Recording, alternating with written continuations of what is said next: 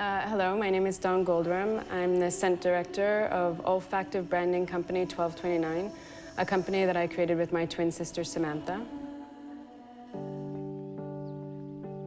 Well, for me, what defines avant-garde is taking an idea or an object or a thing which isn't necessarily innovative or new in itself. It could be actually something that's quite conventional, and putting it into a new context in space, and therefore creating a new meaning or a new purpose for the thing.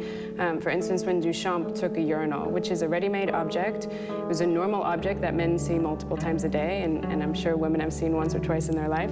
Taking that urinal, which is kind of a base bane, very conventional object, and putting it into a gallery space. Damien Hirst did the same thing when he took a sheep and put it in formaldehyde in a gallery space.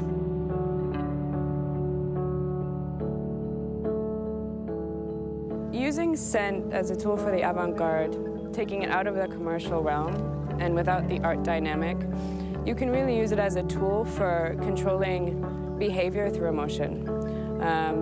The idea is that 75% of your thoughts throughout the day are actually based on smells, which you don't realize. If you can change the environment within where these smells exist, then you can actually change the thought pattern of people and thus change their behavior.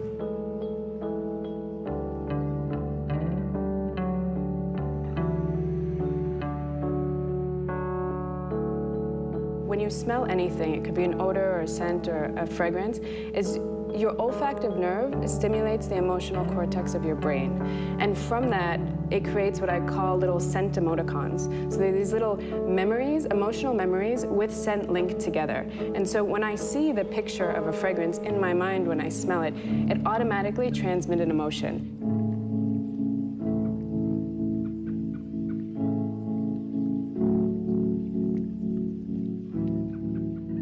I have two forms of synesthesia. The first one is the color grammatic synesthesia, and it's when you see colors, when you hear or look at numbers, or when you see colors when you hear or look at letters. Well, the second type of synesthesia, the visualization smell synesthesia, I realized I had when I started training my nose.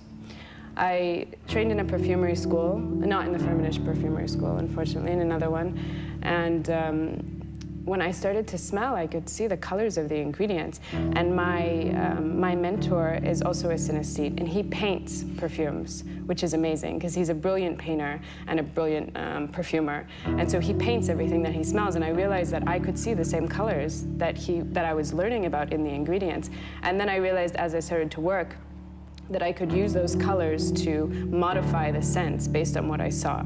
And so I could create, for instance, if a brand identifies with the color blue, and let's say the texture of silk, I could make the scent smell exactly like the color blue and the texture of silk, not just for me, but for them and anyone else that experiences it.